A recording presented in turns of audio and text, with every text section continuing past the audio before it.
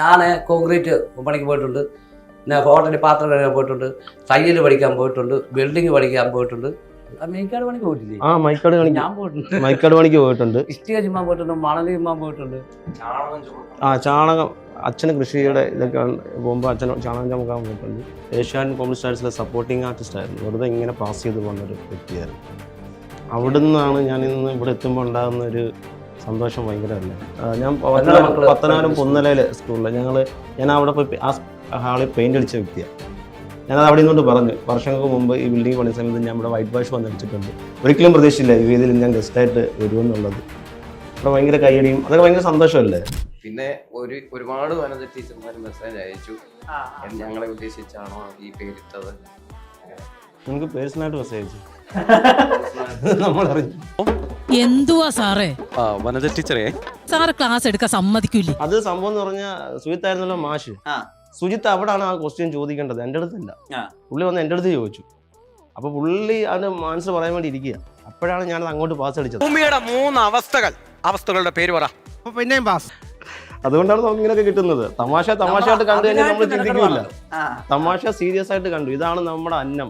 ഒരു 4 4 ഒരു 4 4 24 24 4 കിടന്നാലും 4 24 4 കിടന്നാലും 4 നിന്നാലും 4. ആവേശത്തിലെ ഡയറക്ടർ ജിത്തുമാധവ് മോഹൻലാൽ കൂട്ടുകെട്ട് പടത്തിൽ നല്ലൊരു വേഷം. അത് ആഗസ്റ്റിലാണ്. I am going to do a film with the director of Avesham. ഇതൊക്കെ നമുക്ക് അതും പ്രത്യേകിച്ച് ലാലേട്ട ഒക്കെ കിട്ടുമെന്ന് പറയുമ്പോൾ ഭയങ്കര സന്തോഷമാണ്. നമ്മൾ മോഹൻലാൽ മമ്മൂട്ടിയൊക്കെ ദൈവത്തെ പോലെ പണ്ടുപോലെ കണ്ടുകൊണ്ട് നടന്നത്. വാട്സാപ്പ് വഴി ഇംഗ്ലീഷ് പഠിക്കാൻ ഇംഗ്ലീഷ് കഫേ ഉള്ളപ്പോൾ ഇംഗ്ലീഷ് ഒരു വിഷയമേ അല്ല. English cafe presents you the perfect English. English cafe, we present you the perfect English. WhatsApp now 9633 888 575. Double മീനിങ്ങുകളില്ലാതെ ഓവർ ദ ടോപ്പ് കൗണ്ടറുകളൊന്നും ഇല്ലാതെ നമ്മുടെ ജീവിതത്തിൽ പറയുന്ന തമാശകളെ കൊണ്ട് നമ്മളെ പൊട്ടിച്ചിരിപ്പിക്കുന്ന ഒരു ടീമാണ് നമ്മോടൊപ്പം ഉള്ളത്. ഇത് ഐറ്റം വേറെയാ. വനജ ടീച്ചർ, ഫെയിം, രാജേഷ് കൊട്ടാരത്തിൽ, സുജിത്ത് ആൻഡ് ഹരിദാസ്. നമസ്കാരം. എല്ലാവരും ആദ്യം തന്നെ പറയുമല്ലോ നിങ്ങളുടെ അടുത്ത്, അതായത് സ്ഥിരം ഈ സ്കിറ്റിലൊക്കെ ഉള്ള ഡബിൾ മീനിങ് തമാശകളോ അല്ലെങ്കിൽ ഭീകരമായിട്ടുള്ള വീഴ്ചകൾ, ഉരുളകൾ, അങ്ങനത്തെ സാധനങ്ങളൊന്നുമില്ലാതെ ക്ലീൻ ആയിട്ടാ ചെയ്യുന്നത്. ഇതെപ്പോ തൊട്ടാ നിങ്ങൾ ഇങ്ങനെ തന്നെ ചെയ്താൽ മതി, നമുക്ക് വേറെ കൈൻഡ് തമാശ വേണ്ട, നമുക്ക് ഭയങ്കര നിഷ്കളങ്കമായിട്ടുള്ള തമാശ എന്ന് എപ്പോഴാണ് തീരുമാനിച്ചോളൂ? തുടക്കത്തിൽ മുതലുണ്ട്. ഞങ്ങൾ ആദ്യത്തെ സ്കിറ്റ് മുതൽ അങ്ങനെ തന്നെ ഞങ്ങൾ പോയിക്കൊണ്ടിരുന്നത്. ഡബിൾ മീനിങ്ങും ആദ്യം തുടക്കം മുതലേ ഇല്ലായിരുന്നു. പിന്നെ നമ്മളത് മുന്നോട്ട് കീപ്പ് ചെയ്ത് ചിലപ്പം ആരെങ്കിലൊക്കെ വന്ന് നമുക്ക് ഇങ്ങനെ തോന്നിയ തന്നെ ഞങ്ങൾ അത് അപ്പോഴെടുത്ത് കളയും. അത് വേണ്ട, നമുക്കത് വേണ്ട. അതല്ലാതെ എങ്ങനെ, കാരണം എന്ന് പറഞ്ഞാൽ നമ്മുടെ വീട്ടിലായാലും അച്ഛനും അമ്മയും നമ്മുടെ മക്കളും അല്ലേ എല്ലാവരും കൂടി ഇരുന്ന് കാണണമെന്നുള്ള. കാരണം നമ്മൾ മറ്റുള്ള പല ഇതും നമ്മളും കണ്ടിട്ടുണ്ട്. നമ്മളൊക്കെ ചിലപ്പോൾ എഴുന്നേറ്റ് പോകാറുണ്ട് സ്കിറ്റ് കണ്ടുകൊണ്ടിരിക്കുമ്പോൾ ചിലപ്പോൾ. അപ്പോൾ നമ്മുടെ സ്കിറ്റിൽ അങ്ങനെ ഒരു ഇത് പറഞ്ഞാൽ എല്ലാവരും ഇരുന്ന് കാണണം, ആസ്വദിക്കണം. അതുകൊണ്ട് തന്നെ ഇന്ന് സ്കൂൾ കൊച്ചു കുട്ടികൾ മുതൽ അമ്മച്ചിമാർ വരെ നമ്മളത് ഭയങ്കര സ്നേഹമാണ്. നമ്മുടെ ആരാധനകൾ ഓടി വരുമ്പോൾ ഭയങ്കര സന്തോഷമാണ്. ഈ വനജ ടീച്ചറുടെ സ്കിറ്റ് 1 മില്യൺ ആയപ്പോൾ ഞാൻ നോക്കിയിട്ടുണ്ട്. അതുകൊണ്ട് ഞാൻ ഇടയ്ക്കിടയ്ക്ക് അത് പോയി റീവിസിറ്റ് ചെയ്യുമ്പോൾ ഓരോ വട്ടം 1 മില്യൺ കൂടിയിട്ട് ഇപ്പോൾ 1 കോടിക്ക് മേലെയാണ് അതിന്റെ വ്യൂ. ഇടയ്ക്കിടയ്ക്ക് അങ്ങനെ എടുത്ത് നോക്കാറുണ്ടോ? നേരത്തെ നോക്കാറുണ്ടായിരുന്നു, ഇപ്പൊ നോക്കാനുള്ള സമയം കിട്ടുന്നില്ല. പ്രോഗ്രാം ഒക്കെ ആയതുകൊണ്ടേ, പുറത്തൊക്കെ പ്രോഗ്രാം ഒക്കെ ആയതുകൊണ്ട്, പിന്നെ നമ്മുടെ ഇവിടുത്തെ ഐറ്റംകാരുടെ പ്രോഗ്രാം അതിന്റെ എഴുത്തും കാര്യങ്ങളൊക്കെ ആയതുകൊണ്ട് നോക്കാനുള്ള സമയം കിട്ടാറില്ല. ഈ വനജ ടീച്ചറുടെ വീഡിയോന്റെ അടിയിൽ വന്നിട്ടുള്ള കമന്റിൽ ഏറ്റവും അധികം സന്തോഷിപ്പിച്ച കമന്റ് ഏതാ? വനജ ടീച്ചർ നമ്മുടെ ഒരു സുഹൃത്തുണ്ട്, അവൻ വിളിച്ചിട്ട് പറഞ്ഞു, എന്റെ സുഹൃത്ത് നമ്മള് ഈ ഫേസ്ബുക്ക് ഫ്രണ്ടാ, വിളിച്ചിട്ട് മെസ്സേജ് ഇട്ടിട്ട് പറഞ്ഞു പുള്ളിയുടെ സഹോദരിയുടെ പേര് വനജയെന്ന്. പുള്ളി ടീച്ചറാ. വിളിച്ചിട്ട് പറഞ്ഞു, ചേട്ടാ ഇതുപോലെ പറഞ്ഞു, പെങ്ങള് പറഞ്ഞു, ഇപ്പം ക്ലാസ്സിൽ ചെന്ന് കഴിഞ്ഞാൽ എല്ലാ സാറന്മാരും വനജ ടീച്ചറെ ടീച്ചറെയാണ് വിളിക്കുക. അതുകൊണ്ട് ക്ലാസ്സിലോട്ട് പോകണമെന്ന് തോന്നുന്നത്, ക്ലാസ് എടുക്കാൻ പോകണമെന്ന് തോന്നുന്നില്ല. ഈ ഒരു വിളി കേൾക്കുമ്പോ എപ്പോഴും ഒരു സ്കിറ്റിന്റെ സംഭവം ഇങ്ങനെ നടക്കുന്നതുകൊണ്ടേ എന്തോ എവിടോ ഒരു ചാക്കുമാഷ് കളിക്കുന്നത് പോലെ അങ്ങനെ തോന്നല്. അങ്ങനെ അതൊരു ഭയങ്കര സംഭവം.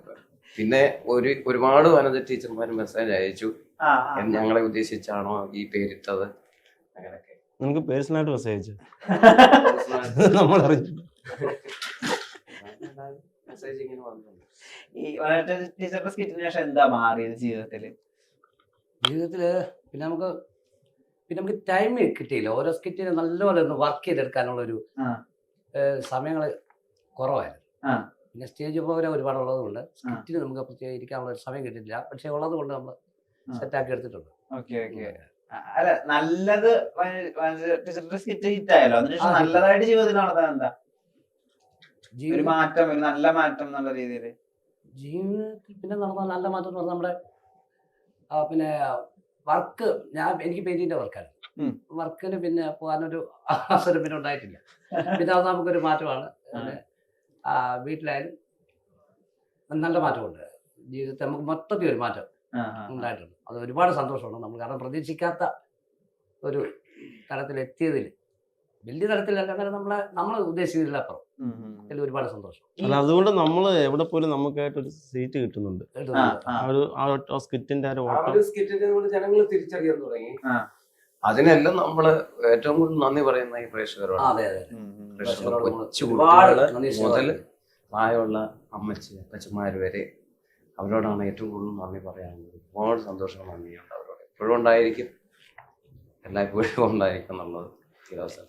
ഈ സ്കിറ്റ് കണ്ടിട്ട് ഈ ആളുകൾ തിരിച്ചറിയുന്ന ഒരു മൊമെന്റ് ഉണ്ടല്ലോ, നമ്മുടെ കടയിൽ കയറുമ്പോൾ അല്ലെങ്കിൽ ദൂരെ എന്നൊക്കെ ആളുകൾ നടന്നു വന്നിട്ട് സ്കിറ്റിൽ ഇതായിട്ട് വേറെ ആളുകളല്ലേ, അപ്പൊ ഇത് കിട്ടുമ്പോ ഇത് ഇങ്ങനെ കൊതിച്ച് നടന്നിരുന്ന ഒരു സമയമുണ്ടോ? അതായത് തീർച്ചയായിട്ടും. ഞാൻ 15 വർഷം കൊണ്ട് ഈ ഫീൽഡിലുണ്ട്. ഞാൻ ഏഷ്യാനെറ്റ് കോമഡി സ്റ്റാർസിലെ സപ്പോർട്ടിംഗ് ആർട്ടിസ്റ്റ് ആയിരുന്നു. വെറുതെ ഇങ്ങനെ പാസ് ചെയ്ത് പോകുന്നൊരു വ്യക്തിയായിരുന്നു. അവിടെ നിന്നാണ് ഞാൻ ഇന്ന് ഇവിടെ എത്തുമ്പോൾ ഉണ്ടാകുന്ന ഒരു സന്തോഷം ഭയങ്കരമല്ലേ. സിനിമയായിരുന്നു എൻ്റെ ലക്ഷ്യം. അത് എങ്ങനെ എത്തിപ്പെടും എന്നുള്ള യാത്രയിലായിരുന്നു. ഇപ്പം സിനിമ ഞങ്ങളെ 3 പേരെ അങ്ങോട്ട് വിളിച്ചുകൊണ്ടിരിക്കുക. അപ്പം അത് പറഞ്ഞറിയിക്കാൻ പറ്റത്തില്ല അതിൻ്റെ ഒരു സന്തോഷം. ഞങ്ങളിപ്പം കഴിഞ്ഞിടയ്ക്ക് തന്നെ സ്റ്റേജ് പടിക്ക് പോയിട്ട് ഒരു അമ്മച്ചിയല്ലേ കുറേ വന്ന് ഞങ്ങളെ കണ്ടിട്ട് പറയും, എനിക്ക് ചത്താലും കുഴപ്പമില്ല, നിങ്ങളെ കാണുമെന്നായിരുന്നു എൻ്റെ ജീവിതത്തിലെ ഏറ്റവും വലിയ ആഗ്രഹം. അത് കേൾക്കുമ്പോൾ നമുക്ക് ഓസ്കാർ കിട്ടുന്നതിൻ്റെ ഒക്കെ ഇല്ലേ, അങ്ങനെ ഒരുപാട് പേര് പറഞ്ഞിട്ടുണ്ട് ഇല്ലേ നിങ്ങളെ കാണാൻ വേണ്ടി. വയ്യാതെ ആലുവയിൽ ഇതുപോലെ ഒരു ചേട്ടൻ 25 വർഷം കൊണ്ട് ഇങ്ങനെ തളർന്നു കിടക്കുകയാണ്. അപ്പം ചേട്ടൻ ഇങ്ങനെ ഒരു കമന്റ് ഇട്ടു, ഞങ്ങൾ ഏതോ ഒരു പോസ്റ്റിനകത്ത് കമന്റ് ഇട്ടു, എനിക്ക് നിങ്ങളുടെ സൗണ്ട് ഒന്ന് സംസാരിക്കാൻ താല്പര്യം ഉണ്ടെന്ന് പറഞ്ഞിട്ട് ഇട്ടായിരുന്നു. അപ്പം ഇത് ഞങ്ങൾക്ക് 2-3 പേര് അയച്ചു തന്നു, സ്ക്രീൻഷോട്ട് എടുത്തിട്ട്. പുള്ളിയുടെ നമ്പരും ഉണ്ട് അതിനകത്ത് തന്നെ. ഞങ്ങൾ എന്നിട്ട് ആ പുള്ളിക്കാരനെ വിളിച്ചിട്ട് ഇത് എവിടെയാണ് വീടെന്ന് അന്വേഷിച്ചിട്ട് ഞങ്ങൾ 3 ഇവിടെ പോയിട്ട് നേരിട്ട് പുള്ളിയുടെ വീട്ടിൽ പോയി കണ്ടു. പുള്ളി ഇതുവരെ പറഞ്ഞ് എനിക്ക് നീ മരിച്ചാൽ മതി മക്കളെ എന്ന് പറഞ്ഞു. കാരണം പുള്ളിയുടെ ആ വയ്യാതെ കിടന്ന ആ സമയങ്ങളിൽ ഞങ്ങളുടെ സ്കിറ്റ് വന്നപ്പോഴാണ് പുള്ളി ഒന്ന് സന്തോഷം ആനന്ദിച്ച് എടുത്ത്. പുള്ളി ഒറ്റയ്ക്കാണ് വീട്ടിൽ, രാവിലെ വൈഫും മക്കളൊക്കെ ജോലിക്ക് പോകും. പിന്നെ പുള്ളി ഒറ്റയ്ക്ക് ഒരു ഡേ പകൽ മൊത്തം കഴിഞ്ഞ് പോകുമ്പോൾ ഞങ്ങളുടെ സ്കിറ്റ് കണ്ടാണ് പുള്ളി സന്തോഷിക്കുന്നത്. അപ്പം ഞങ്ങൾ അന്ന് അത് 3 പേരുടെ അവരുടെ വീട്ടിൽ പോയി പുള്ളിക്കാരനെ കണ്ടു. ഭയങ്കര സന്തോഷം, പുള്ളി കരയുമായിരുന്നു ഞങ്ങളെ കണ്ടു. അതൊക്കെ ഞങ്ങൾക്ക് ഭയങ്കര ഒരുപാട് അനുഭവങ്ങൾ ഇഷ്ടം പോലെ ഉണ്ട്. ഞങ്ങളുടെ വീടിന്റെ അടുത്തായിട്ടൊരു അമ്മച്ചിയുടെ അപ്പച്ചൻ ഭർത്താവ് മരിച്ചുപോയി. മരിച്ചുപോയി കഴിഞ്ഞു കഴിഞ്ഞാൽ അവർ മൊത്തത്തിൽ അങ്ങ് സൈലന്റ് ആയി. വീട്ടിലെ മക്കളോടും കൊച്ചുമക്കളോടും ആരോടും അങ്ങനെ സംസാരിക്കാതായപ്പം ഇവര് എങ്ങനെ ശരിയാക്കാം, ഒരുപാട് പിന്നെ ഹോസ്പിറ്റലിലൊക്കെ കൊണ്ടുപോയി നോക്കി, പക്ഷേ ഇല്ല, ആരോടും മിണ്ടുന്നില്ല, ഇങ്ങനെ ഇരിക്കുക. അങ്ങനെ നോക്കിയാണ് ഞങ്ങളുടെ ഈ സ്കിറ്റുകൾ ഓരോന്നായിട്ട് ഇറങ്ങാൻ തുടങ്ങി. വേറെ ആരോ കൊച്ചുമക്കളാരും കണ്ട് അടുത്തങ്ങാണ്ടിരുന്ന് ഇത് ക്ലാസ് റൂം ഏതോ സ്കിറ്റ് കണ്ടോണ്ടിരിക്കുവായിരുന്നു. ഇവര് അടുത്തിരുന്ന് കണ്ടോണ്ടിരുന്നപ്പോ ഇവര് ആ അമ്മച്ചി അതേ നോക്കിയിരുന്നിട്ട് അമ്മച്ചി അറിയാതെ ചിരിക്കാൻ തുടങ്ങി. എത്ര വർഷമായിട്ട് ചിരിക്കാത്ത ചിരിക്കുന്നൊന്നുമില്ല, അത് ആ ഊമൻ അടിച്ചിരുന്നു. അമ്മച്ചി പെട്ടെന്ന് ചിരിക്കാൻ തുടങ്ങി. പിന്നെ അത് തന്നെ ഓരോ സ്കിറ്റ് ഞങ്ങളുടെ അടുത്ത് കാണിച്ചപ്പോൾ പെട്ടെന്ന് അതിന് റിയാക്ട് ചെയ്യാൻ തുടങ്ങിയപ്പോൾ അവർക്ക് മാറ്റം ഉണ്ടെന്ന് മനസ്സിലായി. പിന്നെ അവർക്ക് ഞങ്ങളെ കാണണമെന്നും വിളിക്കണമെന്നൊക്കെ ആഗ്രഹമായി. അങ്ങനെ നമ്പർ എടുത്ത് വിളിക്കുകയൊക്കെ ചെയ്ത് ഞങ്ങളെ അങ്ങോട്ട് ക്ഷണിച്ചിട്ടുണ്ട്. പോകാൻ പറ്റിയിട്ടില്ല. അമ്മച്ചി ഇപ്പൊ അടിപൊളി ഹാപ്പിയാണ്. ഈ വലിയ വലിയ ഡോക്ടേഴ്സ് ഒക്കെ 50,000 1 ലക്ഷം ഒക്കെ വാങ്ങിച്ച് ചെയ്യുന്ന കാര്യമാണ് ഈ ഡിപ്രഷനുള്ള ആളുകളെ ജീവിതത്തിലേക്ക് തിരിച്ചുകൊണ്ടിരിക്കുന്നത്. ഫ്രീ ആയിട്ട് ചെയ്തുകൊണ്ടിരിക്കുന്നത് നമുക്ക് ഭയങ്കര സന്തോഷമായി കേട്ടപ്പോ. പിന്നെ നമ്മൾ ആദ്യം പറഞ്ഞാൽ അവരെ ഇത് കാണുക എന്നുള്ളതാണ്. ഞങ്ങൾ കുറെ പേര് അങ്ങനെ കാണാൻ പോയിട്ടുണ്ട്. വയ്യാതെ കിടക്കുന്നവര് അവർക്ക് കാണുമെന്ന് ആഗ്രഹം പറഞ്ഞപ്പോഴത്തേന് ഈ അവസാനത്തെ ആഗ്രഹം അങ്ങനെ ഞങ്ങൾ 3 പേരും കൂടെ പോവും. പിന്നെ അതൊരു വിഷമം കിടക്കരുത്, നമുക്കും കിടക്കരുത്. നമ്മള് ഇപ്പൊ സുജിത്ത് പറഞ്ഞ ആളുടെ വീട്ടിൽ ഞങ്ങൾ പോകാനിരിക്കുകയാണ്, സമയം കിട്ടാത്ത താമസമുള്ളൂ, അവിടെ നിന്ന് പോകണം. ഈ ഇപ്പൊ വോഡഫോൺ കോമഡി സ്റ്റാർസ് എന്ന് പറയുന്നത് എത്രയോ ഇന്ന് മലയാള സിനിമയിൽ പ്രധാനികളായിട്ട് നിൽക്കുന്ന ഒരുപാട് ആളുകൾക്ക് വേദിയായിട്ടുള്ളൊരു ഇടമാണ്. ഇപ്പൊ നാസീസ് ആയാലും ശരി, നോബി ആയാലും ശരി, പിന്നീട് ഇങ്ങനത്തെ എന്റർടൈൻമെന്റ് ഫീൽഡുകളിൽ ഹിറ്റ് ആയിട്ടുള്ള നെൽസൺ, അങ്ങനെ ഒരുപാട് പേര്, മറ്റേ പന്തളത്തുള്ള അദ്ദേഹത്തിന്റെ പേര് ഉല്ലാസ് പന്തളം. അപ്പൊ അദ്ദേഹമൊക്കെയും റീറ്റിലായിട്ടുണ്ടായിരുന്നു വോഡഫോൺ കോമഡി സ്റ്റാർസ്. ഇവർക്കൊക്കെ കിട്ടുന്ന കയ്യടികളും ഇതിന്റെ ഒരു വളർച്ചയും അപ്പുറത്ത് നിന്ന് ബാക്ക് സ്റ്റേജിൽ നിന്നിട്ട് അതിന്റെ അരികത്ത് നിന്ന് കണ്ടിട്ടുള്ള ആളാണല്ലോ രാജേഷ്. ഇപ്പൊ അവിടെ രാജേഷേട്ടനാണ് നിൽക്കുന്നത്. അതിന് വലിയ സ്വയം ആലോചിക്കുമ്പോ ഒരു കോൺഫിഡൻസ്. പിന്നെ നമ്മള് അവിടെ വരെ എത്തിപ്പെട്ടില്ല. നമ്മൾ ആഗ്രഹിച്ചൊരു ഒരു സംഭവം. അതെന്ന് പറഞ്ഞാൽ നമ്മൾ പ്രയത്നിച്ചാൽ നേടാൻ പറ്റും എന്നുള്ളത് ഭയങ്കര ഒരു ഇതാണ്. ഞാൻ ഇതിൻ്റെ 150 രൂപ ശമ്പളം മേടിച്ചിട്ടുണ്ട് ഒരു സ്റ്റേജിൽ പോയിട്ട്. 150 രൂപ എന്ന് മേടിക്കുമ്പോൾ അന്ന് ഞാൻ കല്യാണം കഴിഞ്ഞ് നിൽക്കുന്ന സമയം പൊടിക്കുഞ്ഞുണ്ട്. അപ്പോൾ ആ സമയത്ത് നമ്മൾ ദൂരെ ആയിരിക്കും. അത് വണ്ടിക്കൂലി കഴിഞ്ഞിട്ട് ബസ് സ്റ്റാൻഡിൽ വന്ന് കിടന്നുറങ്ങി നേരം വെളുത്തിട്ട് വീട്ടിൽ ചെല്ലുമ്പോൾ ഓട്ടോക്കൂലിയും കഴിഞ്ഞിട്ട് ഒരു പാലും ഒരു ബിസ്ക്കറ്റും കൊണ്ടാണ് ചെല്ലുന്നത്. പിന്നെ 10-30 രൂപയെ കാണത്തുള്ളൂ. അന്ന് ഞാൻ കിണറിൻ്റെ പണിക്കാണ് പോകുന്നത്. 2-3 ദിവസം പണിക്ക് പോകുമ്പോഴത്തേക്കും ഉറക്കമായിരിക്കും ഈ ക്ഷീണം കാരണം.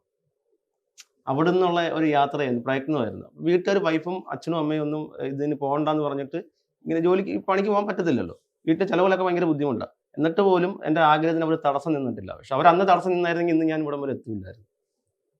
അപ്പോൾ അവർ ഭയങ്കര ഒരു ഊർജ്ജം അന്ന് എനിക്ക് നൽകിയിട്ടുണ്ടായിരുന്നു. പിന്നെ എൻ്റെ യാത്ര പ്രയത്നം അതുപോലെ ആയിരുന്നു. പിന്നെ ഇങ്ങനെ യാത്ര, പിന്നെ ഇവർ രണ്ടുപേരും പരിചയപ്പെട്ട് ആ ഒരു കൂട്ടുകെട്ട് ഇങ്ങനെ ഇപ്പം ഞങ്ങളിലെ 3 പേരും ഒരുമിച്ച് ഒരു ഭാഗ്യം ഉണ്ടായിരിക്കാം. അതെ അതെ അതെ. ആ പൊടിക്കുഞ്ഞ് നിന്ന് അച്ഛൻ ആലോചിച്ച് ഭയങ്കര അഭിമാനമായിരിക്കും. പിന്നെ ഭയങ്കര അഭിമാനം. ഇന്ന് ആ മോള് +1 പഠിക്കുക. +1 പഠിക്കുന്ന ഒരു കുട്ടിയുടെ അച്ഛനാണ്. ഇളയാളുണ്ട് 9ാം ക്ലാസ്സിലാണ്.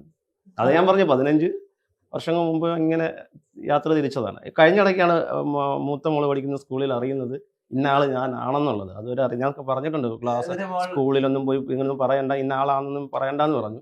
അപ്പം കഴിഞ്ഞ ഇടയ്ക്ക് ഞാൻ ഷൂട്ടൊക്കെ കഴിഞ്ഞ് ചെന്നപ്പോഴത്തേന് വൈഫ് പറഞ്ഞ് മോക്ക് ഇതുപോലെ തലവേദനയായിരുന്നു, വയ്യെന്ന് പറഞ്ഞിട്ട് രാവിലെ സ്കൂളിൽ പോയി. നമ്മൾ +1 പഠിക്കുമ്പോൾ. അപ്പം എനിക്ക് അന്നേരം കണ്ടിട്ട് ഒരുപാട് ദിവസമായി. അങ്ങനെയാണ് ഉച്ചയ്ക്ക് ക്ലാസ്സിൽ ചെന്നപ്പോഴാണ് അവരിങ്ങനെ ചോദിക്കുന്നത്. സാർ ഓടി വന്നു. അന്ന് നമ്മുടെ വഞ്ചി ടീച്ചറൊക്കെ ആ സ്കിറ്റൊക്കെ തിളങ്ങി നിൽക്കുന്ന സമയമായിരുന്നു. ഇവിടെ എന്തോ ചോദിച്ചാൽ നമ്മുടെ മോള് പഠിക്കുന്നുണ്ട്. ആരാ ഏത് ക്ലാസ്സിലാന്ന് പറയും. മോളെ വിളിച്ച് ഒത്തിരി വഴക്കുറയും, ഇതാണെന്ന് എന്തുകൊണ്ട് പറഞ്ഞില്ല എന്നൊക്കെ പറഞ്ഞുകൊണ്ട്. അപ്പോൾ അവർക്കും അത് നമ്മളിപ്പോൾ എവിടെ ചെന്നാലും നമുക്കൊരു സ്ഥാനമുണ്ട്. ഞങ്ങൾ 3 പേര് എവിടെ പോയാലും, പോലീസിന് പോയാൽ എന്തെങ്കിലും ആവശ്യമായിട്ട് പോലീസിന് പോയാലും അല്ലേ, ഹോസ്പിറ്റലിൽ പോയാൽ പോലും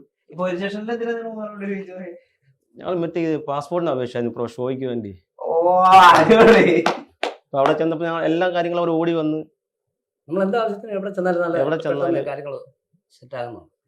ഇപ്പൊ നമ്മള് ഒരുമിക്കുന്നതിനൊരു ദിവസം ഒരു കാരണം ഉണ്ടാവില്ല. നിങ്ങൾ 3 പേര് ഒരുമിക്കുന്നതിന്റെ കാര്യം എന്താ? എങ്ങനെയാ അതിന്റെ സന്ദർഭം ഉണ്ടായത്?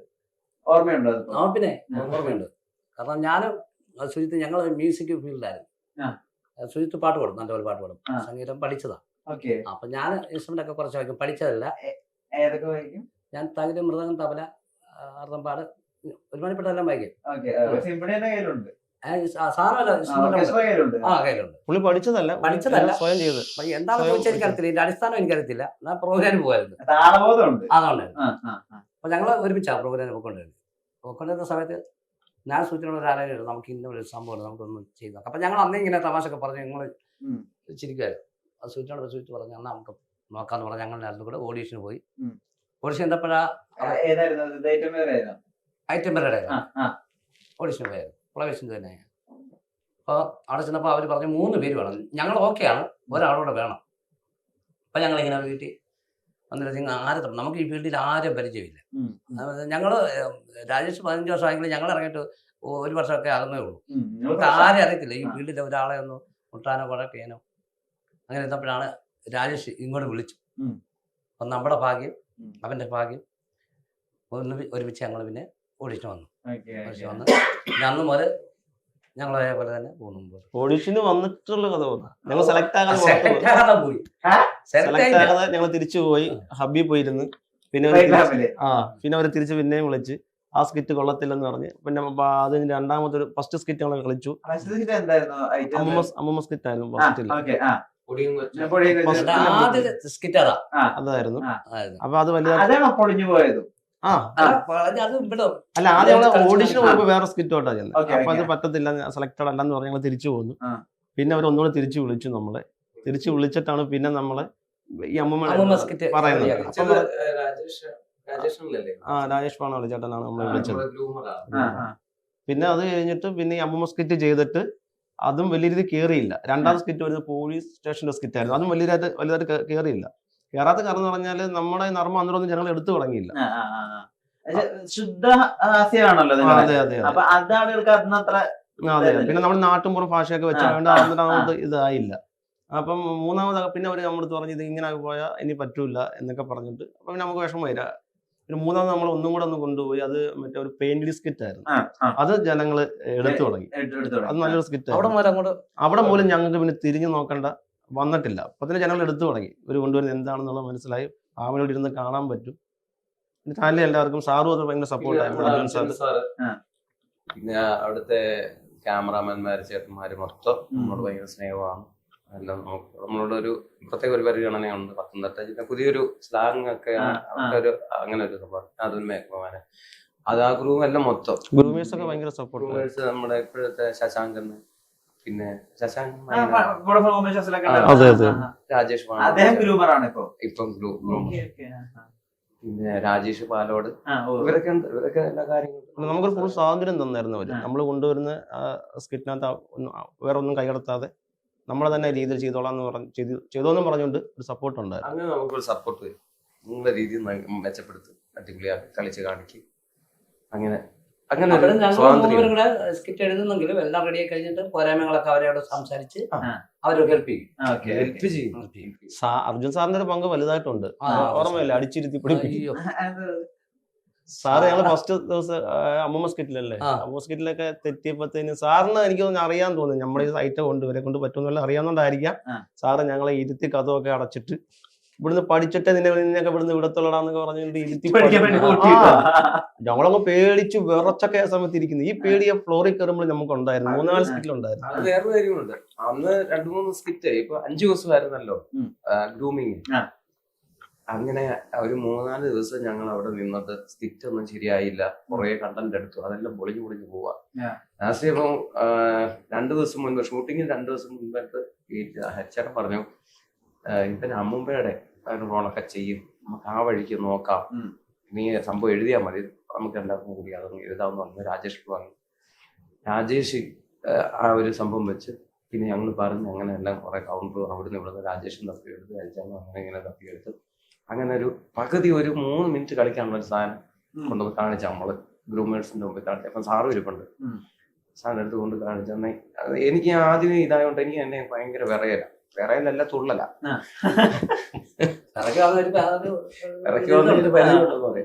അതുപോലെ അരിച്ചേട്ടനും എന്നെ പറച്ചില്ല കേട്ടോ, ഈ പറഞ്ഞ തുള്ളുക. രാജേഷ് അത്രയും കുഴപ്പമില്ല. രാജേഷിന്റെ എക്സ്പീരിയൻസ് ഉണ്ടല്ലോ, ഒരുപാട് തുള്ളി തുള്ളല് അങ്ങ് വെച്ചൊഴിഞ്ഞതാണ്. അതുകൊണ്ട് പിന്നെ അവന് കുഴപ്പമില്ലായിരുന്നു. അങ്ങനെ കളിച്ച് അത് കാണിച്ചൊരു 3 മിനിറ്റുള്ള സാധനം കളിച്ചപ്പോൾ സാറ് പറഞ്ഞു എന്തോ തോന്നി. സാറ് പറഞ്ഞു ബാക്കി സെറ്റ് ആക്കിയിട്ട് മറ്റന്നാ ഷൂട്ടിന് ഇറങ്ങാൻ പറഞ്ഞു. 2 ദിവസത്തെ ഷൂട്ടാ. 3-ാമത്തെ ദിവസം ലാസ്റ്റ് ഷൂട്ട് ഞങ്ങൾക്ക് തന്നേക്കാം. അന്ന് 8 മണി എന്തോ ആയി രാത്രി. ലാസ്റ്റ് ഷൂട്ട് ഞങ്ങൾക്ക് വെച്ചിരിക്കുന്നു. എന്റെ ദൈവമേ, ഭഗവാന്റെ പ്രഭാകടാശം കൊണ്ട് തെറ്റിയോ അല്ലെങ്കിൽ അങ്ങനെ ഒന്നും വന്നില്ല.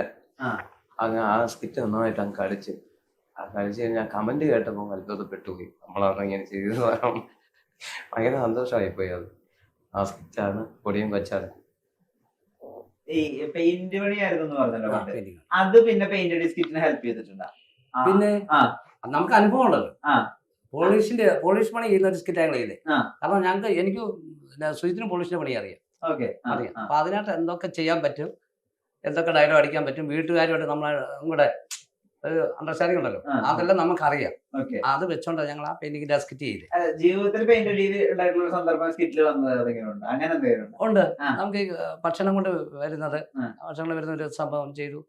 സാധനത്തിന് ലിസ്റ്റ് കൊടുക്കുന്നത്, അപ്പൊ നമ്മള് സ്മോളിന്റെ പേരൊക്കെ പറഞ്ഞു, അങ്ങനൊക്കെ സംഭവങ്ങളായിട്ട് ഞങ്ങൾ കയറ്റി വെച്ചിട്ടുണ്ട്. ഈ ഇപ്പൊ സ്കിറ്റ് ചെയ്യുന്ന സമയത്തെ ഈ ഇതിനകത്ത് നമ്മള് ഓവറായിട്ടൊന്നും ചെയ്യണ്ടെന്നുള്ളത് ആദ്യം മുതലുള്ള തീരുമാനം എന്ന് പറഞ്ഞു. പക്ഷെ അപ്പൊ ഈ സ്റ്റേജിൽ ഹിറ്റ് ആവുന്ന പരിപാടികൾക്ക് കുറച്ച് ഓവർ ആയിട്ടുള്ള കാര്യങ്ങളും കൺസെപ്റ്റുകളൊക്കെ തന്നെ, അല്ലെങ്കിൽ 1-2 നമുക്ക് ഇങ്ങനെ ഉൾക്കൊള്ളാൻ പറ്റാത്ത പെട്ടെന്നുള്ള കൗണ്ടറുകളൊക്കെ വരുന്നത്. പക്ഷെ സാധാരണ കുട്ടികൾ പോലും ചിരിക്കുന്ന തമാശ പറഞ്ഞാൽ വർക്ക് ആവും എന്നുള്ളത് നിങ്ങൾക്ക് മനസ്സിലായത് ശരിക്കും അമ്മൂമ്മ സ്കിറ്റ് തൊട്ടാണോ? അമ്മൂമ്മ സ്കിറ്റ് തൊട്ടാണ്. അങ്ങനെ അത് ഞങ്ങളെ ഒരു അല്ല, ഞാൻ പറയാം, ഞങ്ങൾ അന്ന് മുതൽ നമുക്ക് ഞങ്ങളുടെ ശൈലിയുണ്ട്. നിങ്ങളുടെ നാടിന്റെ ഒരു ശൈലിയുണ്ട്. നമ്മള് വേറെ ശൈലിയൊന്നും എക്സ്ട്രാ ചെയ്തതല്ല, നമ്മുടെ ശൈലി അതാണ്. നമ്മൾ അങ്ങനെ തന്നെ സംസാരിച്ചു. പിന്നെ അതിനകത്ത് പറഞ്ഞ ഡബിൾ മീനിങ് കംപ്ലീറ്റ് ഒഴിവാക്കുക, ഇതേ ഉള്ളായിരുന്നു നമ്മുടെ തീരുമാനം. അപ്പൊ അത് ഒഴിവാക്കിയപ്പോ പിന്നെ കുഞ്ഞുങ്ങളൊക്കെ കാണാൻ തുടങ്ങി. വീട്ടിൽ ഒന്നിച്ചിട്ട് കാണാമല്ലോ, കാണാം. അങ്ങനെയാണ് നമ്മളെ ഇഷ്ടപ്പെട്ടത്. ഈ ഉദ്ഘാടനങ്ങൾക്കും ആഘോഷങ്ങൾക്കൊക്കെ ഗസ്റ്റ് ആയിട്ട് വിളിക്കുന്നുണ്ട്. അപ്പൊ എന്താ പറയാ, പണ്ട് നിങ്ങൾ ഇങ്ങനത്തെ പരിപാടികൾക്ക് പോകുമ്പോ ഗസ്റ്റ് ആയി വന്ന ആളുകളുടെ സ്ഥാനത്താണല്ലോ നിങ്ങളിപ്പോ പോകുന്നത്. അതൊരു വല്ലാത്ത അനുഭവമായിട്ട് ഫീൽ ചെയ്യുന്നുണ്ട്. അയ്യോ ഭയങ്കര സന്തോഷമല്ലേ. ഞാനാണ് ഞാൻ 3 സ്കൂളിൽ പഠിച്ചു. ആ 3 സ്കൂളിലും എന്നെ വിളിച്ചു. ആ. വിളിച്ച് അനുമോദനം തരിക, അവിടുത്തെ കലാപരിപാടി ആനിവേഴ്സറി ഉദ്ഘാടനം ചെയ്യാനും ഒക്കെ ഞാൻ പോയി. അപ്പോൾ നമുക്ക് ഭയങ്കര സന്തോഷമായി. കാരണം നമ്മളവിടെ പഠിച്ച സ്കൂളല്ലേ, പഠിച്ച സാർമാരും ഒക്കെ എപ്പോഴും ഉണ്ട് അവിടെ, ചിലരൊക്കെ ഉണ്ട്. നമുക്ക് ഭയങ്കര സന്തോഷമായിരുന്നു. നമുക്ക് ഓർക്കാപ്പുറത്തുള്ള ഒരു സംഭവങ്ങളായപ്പോൾ നമ്മൾ കയറി പറയാൻ തന്നെ നമുക്കൊരു പേടിയും വിറയിലും ഒക്കെ ഉണ്ടായിട്ടുണ്ട്. പിന്നെ ഫസ്റ്റ് വേദിയൊക്കെ ഭയങ്കര പറഞ്ഞു ചോദിച്ചുമ്പോ പറഞ്ഞ വന്യത്തുള്ളലായിരുന്നു, പാടായിരുന്നു. പിന്നെ പിടിച്ചത് നിൽക്കുന്നതുകൊണ്ട് കുഴപ്പമില്ല, വീഴത്തിൽ. ഞങ്ങളുടെ വീടിന്റെ അടുത്തൊരു സ്റ്റേഡിയം ഉണ്ട്, indoor stadium, Poongavu Madam Rajiv Gandhi indoor stadium. ആ സ്റ്റേഡിയത്തിലെ പ്രോഗ്രാം ഫസ്റ്റ് കഴിഞ്ഞ വർഷം ഞാൻ ഫെസ്റ്റിവൽ അവിടെ 10 ദിവസം. കഴിഞ്ഞ വർഷം അവിടെ പരിപാടി നടന്ന സമയത്ത് ഞാൻ അവിടെ കാണാൻ ഇങ്ങനെ നിൽക്കുക. നമ്മുടെ ജോബിച്ചുണ്ട് പാല, അവിടെയൊക്കെ പ്രോഗ്രാം അവിടെ കണ്ടുകൊണ്ടിരുന്ന പറഞ്ഞാൽ നമ്മുടെ മനസ്സിൽ ആഗ്രഹമുണ്ട് ഇതിനകത്തൊക്കെ ഒന്ന് കയറി ഒരു പാട്ടെങ്കിലും പാടണമെന്നൊക്കെ ആഗ്രഹമുണ്ട്. ആരും വിളിക്കത്തില്ലല്ലേ, ചെന്ന് അവസരം ചോദിച്ച് പാടാനൊക്കെ ഒരു ചമ്മല്, ഒരു നാണം അതൊക്കെയാണ്. അങ്ങനെ കഴിഞ്ഞിട്ട് ആ ഒരു പ്രോഗ്രാം, ആ വർഷത്തെ പ്രോഗ്രാം കഴിഞ്ഞ് പെട്ടെന്ന് ഞങ്ങൾ ഐറ്റം വേറെ പരിപാടിക്ക് ഇങ്ങോട്ട് വരിക. ഈ വർഷം അവിടെ നേരിട്ട് വിളിച്ച് ഞങ്ങൾ പോയി പ്രോഗ്രാം അവതരിപ്പിച്ചു. ഭയങ്കര ഭാഗ്യമായിരുന്നു. പക്ഷെ എനിക്ക് നമ്മൾ വിളിച്ച് സംസാരിച്ചപ്പം എനിക്കെല്ലാം സംസാരിക്കാൻ പറ്റാതായി പോയി. വിതുമ്പൻ കഴിഞ്ഞു നിൽപ്പുണ്ടായിരുന്നു. കാരണം ആ വന്ന അവസ്ഥയും അതൊക്കെ നോക്കുമ്പോൾ വിഷമായി. നമ്മൾ കഴിഞ്ഞ ആഴ്ച പോയില്ല, പിന്നെ പെങ്ങള് മക്കള് പഠിക്കുന്ന സ്കൂളിൽ, ഞാൻ അവിടെ വെച്ച് പറഞ്ഞില്ല, ഞാൻ പത്തനാപുരം പുന്നലയിലെ സ്കൂളില് ഞാൻ അവിടെ പോയി ആ ഹാളിൽ പെയിന്റ് അടിച്ച വ്യക്തിയാണ്. ഞാനത് അവിടെ നിന്നുകൊണ്ട് പറഞ്ഞു, വർഷങ്ങൾക്ക് മുമ്പ് ഈ ബിൽഡിംഗ് പണിയ സമയത്ത് ഞാൻ ഇവിടെ വൈറ്റ് വാഷ് വന്നടിച്ചിട്ടുണ്ട്. ഒരിക്കലും പ്രതീക്ഷയില്ല ഈ വേദിയിൽ ഞാൻ ഗസ്റ്റായിട്ട് വരുമെന്നുള്ളത്. ഇവിടെ ഭയങ്കര കയ്യടിയും അതൊക്കെ ഭയങ്കര സന്തോഷമല്ലേ. അവർ നമ്മളെ ഗസ്റ്റായിട്ട് വിളിക്കുന്നു. അത് വർഷങ്ങൾക്ക് മുമ്പ് എൻ്റെ പണി പൂർത്തീകരിച്ചപ്പോൾ ഫസ്റ്റ് വൈറ്റ് വാഷ് അടിക്കാനൊക്കെ ഞാൻ അവിടെ പോയിരുന്നിട്ടുണ്ട്. അപ്പോൾ അതൊക്കെ നമുക്ക് കിട്ടുമ്പോൾ ഭയങ്കര സന്തോഷമല്ലേ. നിങ്ങൾ വലിയ ഇൻസ്പിറേഷനാണ് സത്യമായിട്ടും. നിങ്ങളുടെ ജീവിതം ഭയങ്കര ഇൻസ്പിറേഷനാണ്. ഞാൻ ഇത്തരം എനിക്ക് അറിയണമായിരുന്നില്ല കേട്ടോ. നിങ്ങളെ സാധാരണ ജോലികൾ ചെയ്തിരുന്ന ആളുകളാണെന്ന് എനിക്കറിയായിരുന്നു. പക്ഷെ ഇത് സമ്മതിക്കണം, ഓടി ഇത് ഏറ്റവും വേറെ. ഇതൊക്കെയാണ് നമ്മുടെ അവസ്ഥ. നമ്മൾ ഞാനാണ് ചെയ്യാത്ത ജോലികളിൽ എല്ലാം പണിക്ക് പോകുന്നത്. ഞാൻ കോൺക്രീറ്റ് പണിക്ക് പോയിട്ടുണ്ട്, പിന്നെ ഹോട്ടലിൽ പാത്രം കഴുകാൻ പോയിട്ടുണ്ട്, തയ്യൽ പഠിക്കാൻ പോയിട്ടുണ്ട്, ബിൽഡിംഗ് പഠിക്കാൻ പോയിട്ടുണ്ട്. മൈക്കാട് പണിക്ക് പോയിട്ടില്ലേ? ഞാൻ പോയിട്ടുണ്ട്. മൈക്കാട് പണിക്ക് പോയിട്ടുണ്ട്, ഇഷ്ടിക ചുമ്മാൻ പോയിട്ടുണ്ട്, മണൽ ചുമ്മാൻ പോയിട്ടുണ്ട്. ചാണകം അച്ഛന് കൃഷിയുടെ ഇതൊക്കെ പോകുമ്പോൾ അച്ഛൻ ചാണകം ചുമക്കാൻ പോയിട്ടുണ്ട്. ചെയ്യാത്ത ജോലികളൊന്നുമില്ല. കക്കാനും മൂട്ടിക്കാനും പിടിച്ചു പറിക്കാനും അല്ലാതെ ബാക്കി എല്ലാം. കിണർ കുഴിക്കാനെന്ന് പറഞ്ഞ് പകല് എമർജൻസി കത്തിച്ച് കിണർ കുഴിക്കുന്നുണ്ടെങ്കിൽ എത്ര അടി താഴ്ചയിലായിരിക്കും നമ്മളെ പണിയുന്നതെന്നറിയോ? അതൊന്നും പേടിയൊന്നുമില്ല. അതുപോലെ നല്ല ഉയരമുള്ള മരത്തിനകത്തൊക്കെ കയറിയിട്ട് ജോലി മരപ്പണിക്ക് പോയിട്ട് എടുത്തു കാണാനോ